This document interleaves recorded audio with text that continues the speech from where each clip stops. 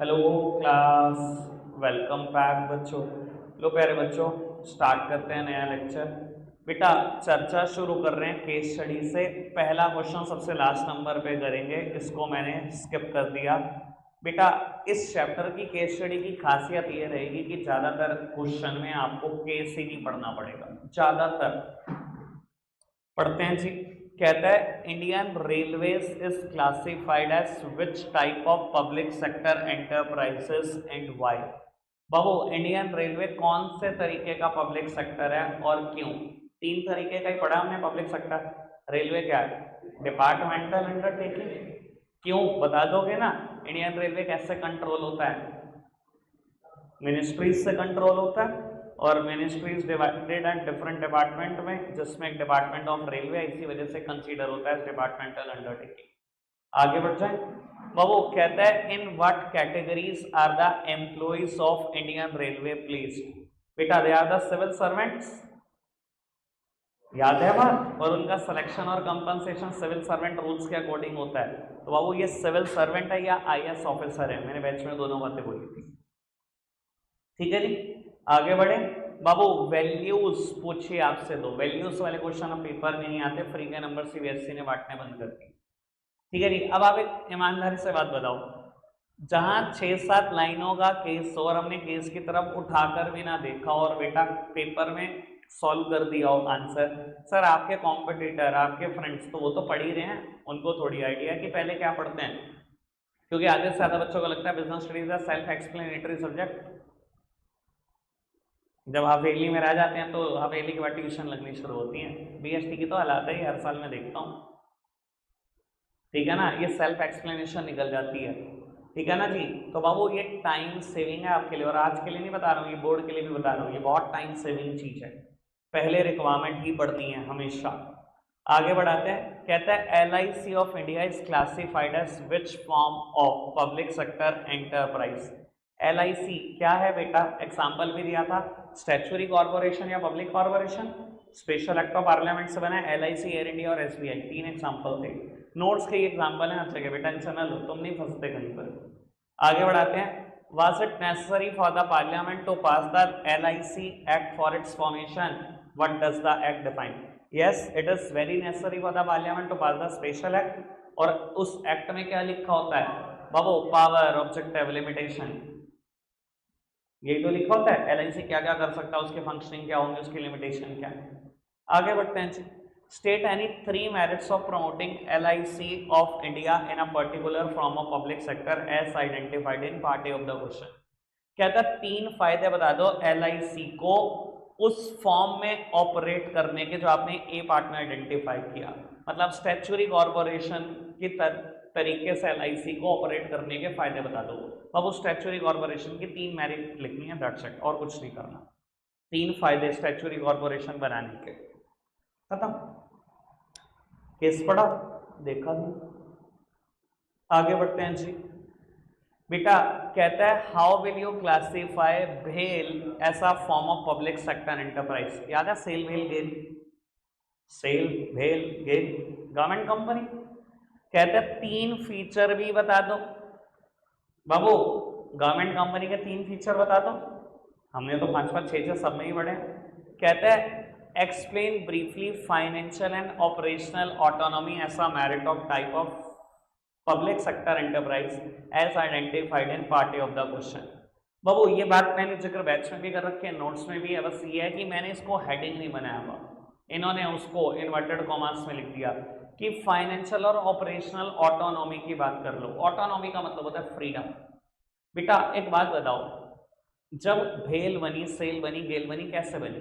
Company बनाई, share issue करे, सरकार ने 51% से ज्यादा खरीदे तो गवर्नमेंट कंपनी बन गई। ऐसे ही तो बनी गवर्नमेंट कंपनी।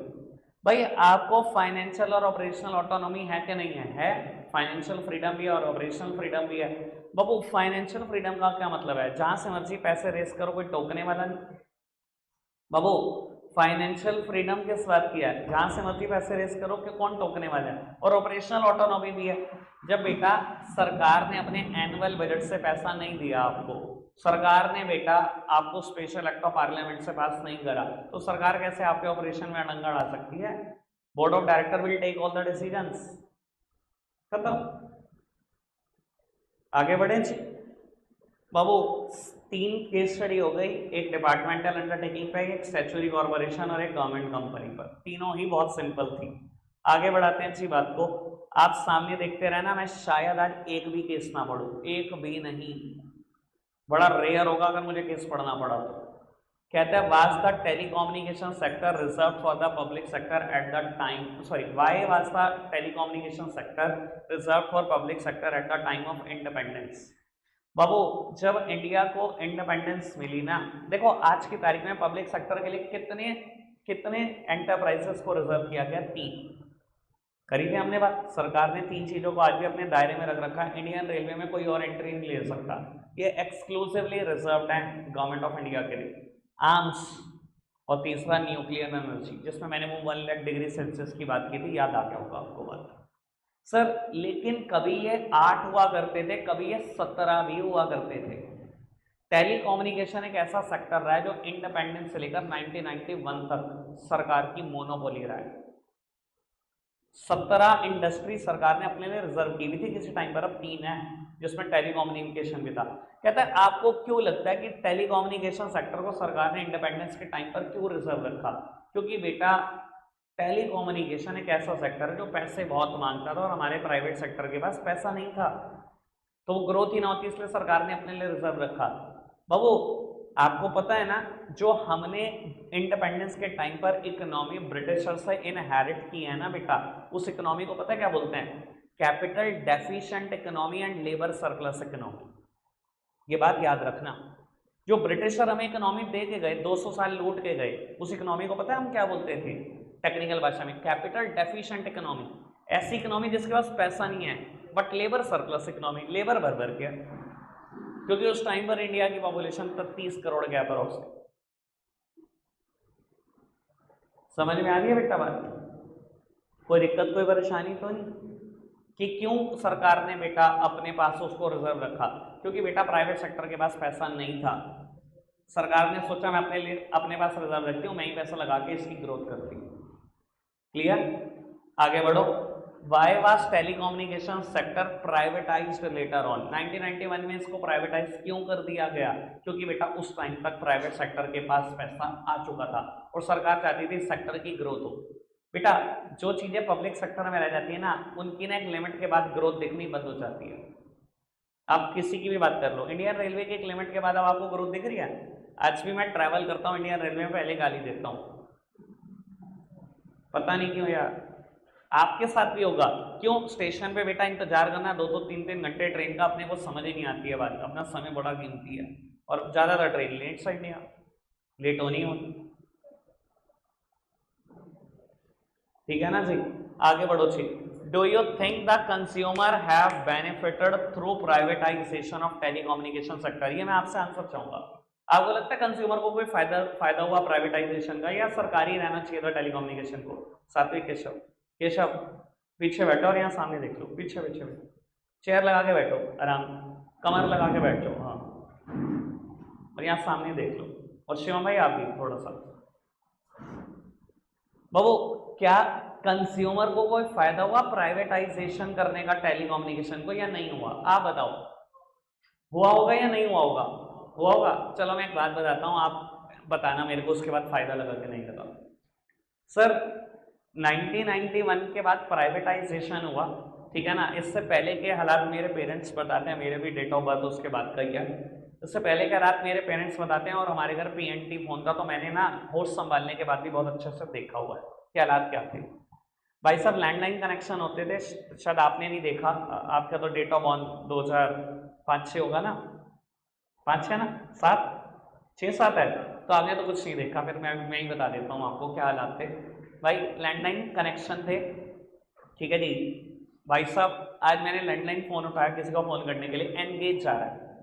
मैंने कहा यार ये क्या हो गया, कहीं ना कहीं कोई वायर टूट गई, चलो कंप्लेन करने जाना पड़ेगा। भाई साहब हेड ऑफिस इनका वहाँ पर है हमारे फायर स्टेशन के बराबर में, अम्बाला रोड पर। मैं गया जी कंप्लेन करने, अरे सर अभी कराते हैं रिजॉल्व। वो अभी का मतलब पता क्या होता था? एक सिंगल कंप्लेन तार टूटने की कि मेरे घर में एंगेज जा रहा है, वो कंप्लेन रिजॉल्व होने में it will take months, either 1 और 2 और 3। आप पूछ कर देख लेना अपने पेरेंट्स अगर मेरी बात में कितना सा भी डाउट हो तो आपको। Even if you want to get a telephone connection, अगर आज आपको टेलीफोन कनेक्शन चाहिए, मान लो आपको एक टेलीफोन कनेक्शन चाहिए, अभी नई सिम चाहिए, कितनी देर लगेगी? 2 मिनट, हार्डली 2 मिनट्स। चलो उस टाइम के भी हालात बता देता हूँ।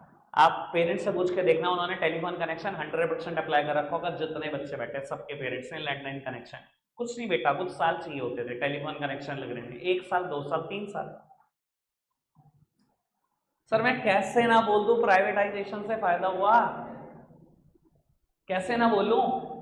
एक सिंपल सी कंप्लेन रिजॉल्व होने में, ये चीज मैंने अपनी आंखों से देखी है। 2-2 महीने लगते थे, एक तार कट गई थी बस, एक ट्रक से तार अड़कर टूट कर गिर गई, उसको रिजॉल्व होने में सरकार 1 से 2 महीने लगाती थी। तो बाबू प्राइवेटाइजेशन से तो बहुत ही फायदा हुआ है, क्या ही बोलूं मैं।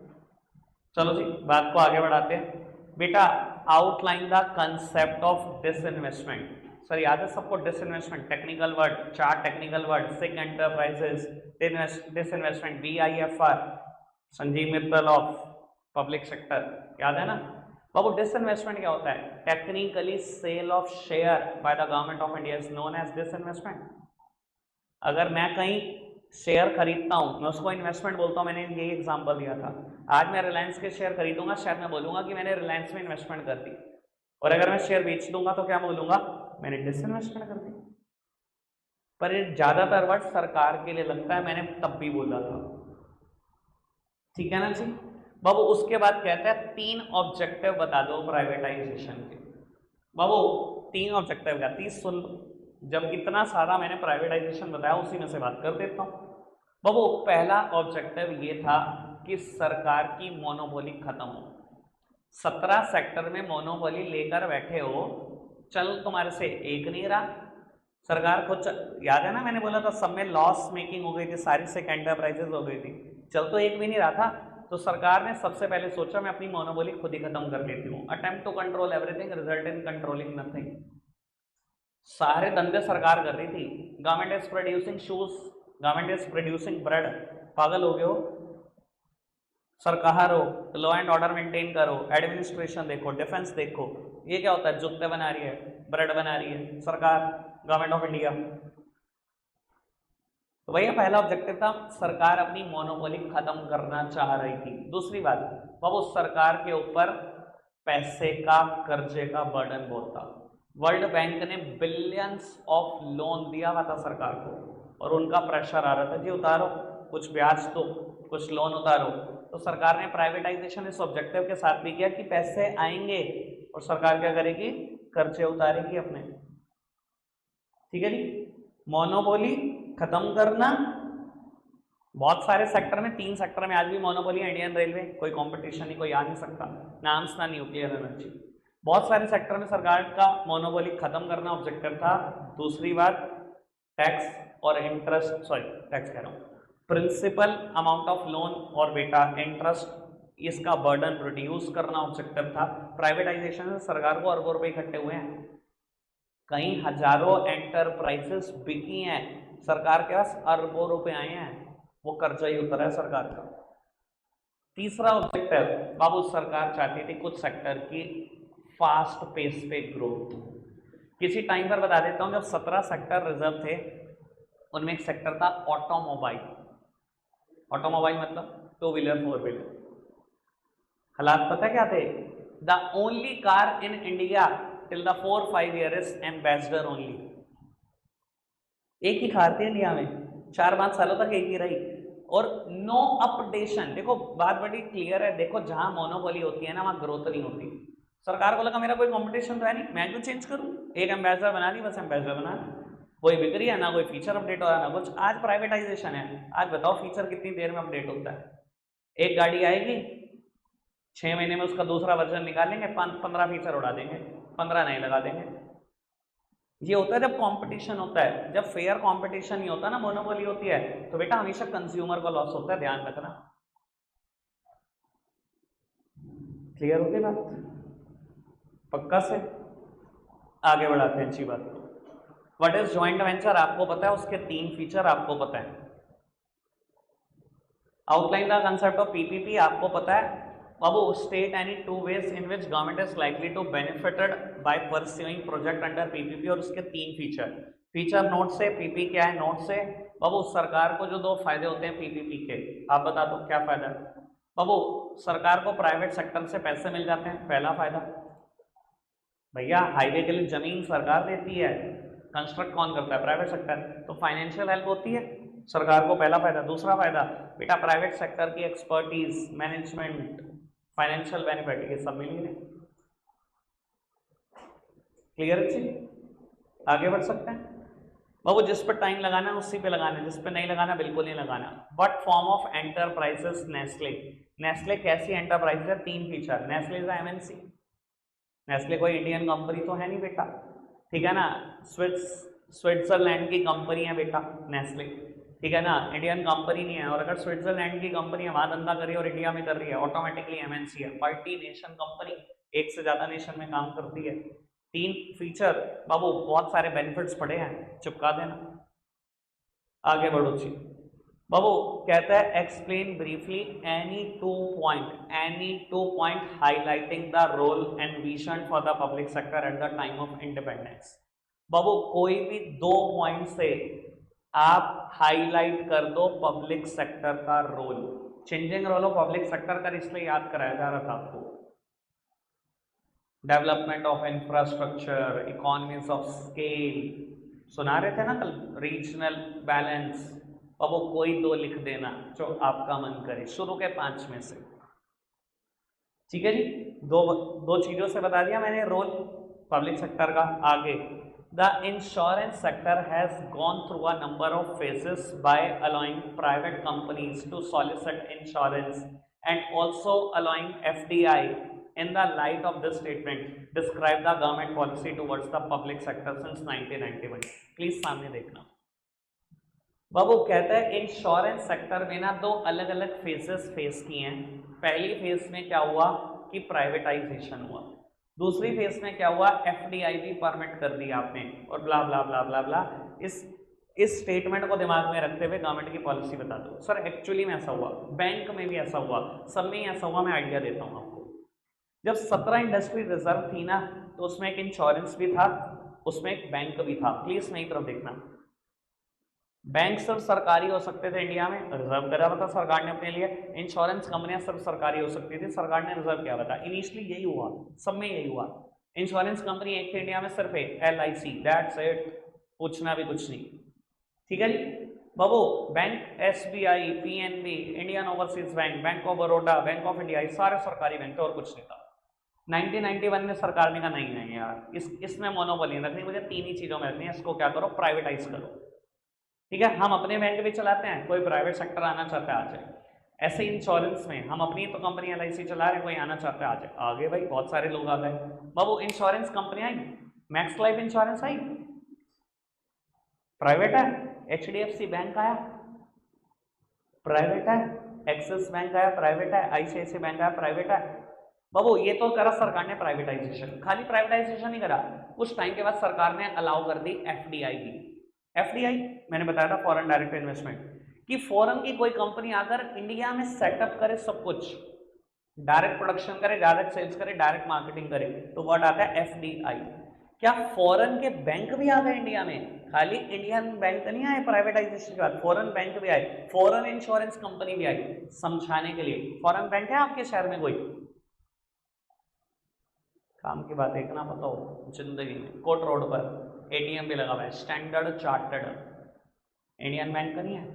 बैंक ऑफ अमेरिका, आपने नाम सुनाओ, नहीं भी सुनाओ कोई दिक्कत नहीं। HSBC बैंक का नाम सुना है, बहुत सारी मूवीज और वेब सीरीज में दिखाते हैं। HSBC बैंक इंडियन बैंक का नहीं है, हांगकांग का बैंक है।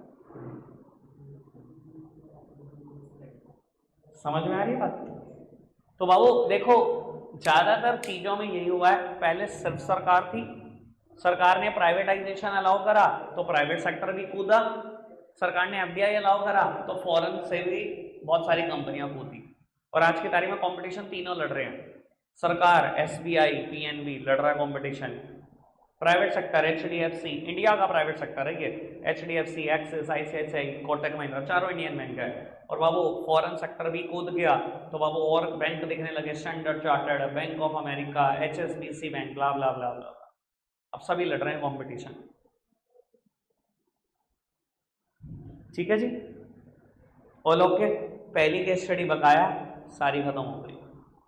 कहा था पहली सबसे लास्ट में, अभी तक एक भी केस नहीं पढ़ा, एक भी केस, पूरा चैप्टर खत्म कर दिया, एक एक केस स्टडी उड़ा दी। शायद इसमें भी ना पढ़ना पड़े, बाय पढ़ना पड़ेगा। पहले वर्ड ने बता दिया, by quoting lines from the para, para में से लाइन कोट करके बताना, identify the two sector being highlighted. भैया इतना तो मैं समझदार हूँ, उसने कहा लाइन कोट करके बताना, इसके लिए पैरा पढ़ना है। इसने कहा दो सेक्टर दिए गए लाइन में, भैया एक पब्लिक सेक्टर एक प्राइवेट सेक्टर, ये तो मुझे पता ही है। और सेकंड पॉइंट में का तीन डिफरेंस भी लिख दो पब्लिक सेक्टर और प्राइवेट सेक्टर में। बेटा मैं लिख दूंगा बड़े आराम से, भी बता देता हूँ डिफरेंस क्या, पहले लाइन कोट करते हैं। 2 years back Rahul had joined a branch of bank of Baroda, public sector. अभी मैंने BOB बोला था, शायद अभी सुना हो तो, SBI PNB IOB BOB बोला था मैंने अभी। बाबू उसके बाद इसने बैंक ऑफ बड़ौदा ज्वाइन करा, whereas his younger brother Rehan recently joined HDFC bank, private sector. खत्म, ए पार्ट, लाइन कोट हो गई। पहली लाइन पब्लिक सेक्टर, दूसरी लाइन प्राइवेट सेक्टर, तीन डिफरेंस। आप बताओ क्या फर्क होता है पब्लिक सेक्टर और प्राइवेट सेक्टर में? प्राइवेट सेक्टर मतलब 100% participation of private individuals, public sector मतलब 51% और more participation by the government of India. ठीक है, पहला डिफरेंस। दूसरा difference, private sector is guided by the motive of profit maximisation, by the government is guided by the motive of social welfare. ज्यादातर, कुछ extent में थोड़ा बहुत profit making, ज्यादातर तो मोटो एक ही है ना कि पैसा नहीं कमाना, सोसाइटी का बेनिफिट सोचना है, थोड़ा बहुत कमा भी लिया तो क्या कमा लिया। ठीक है जी, और आप बताओ तीसरा। बाबू जब मैच्योरिटी पब्लिक सेक्टर में गवर्नमेंट ऑफ इंडिया के पास है तो डिसीजन मेकिंग किसकी चलती है? Government of India. और प्राइवेट सेक्टर में प्राइवेट इंडिविजुअल एंटरप्रेन्योर। खत्म हो गया, तीन डिफरेंस। क्या पढ़ाऊँ इसमें से? एक केस पढ़ा और उसकी भी 2 लाइनों में ही काम हो गया। रखते हैं आज के लिए इतना ही है प्यारे बच्चों।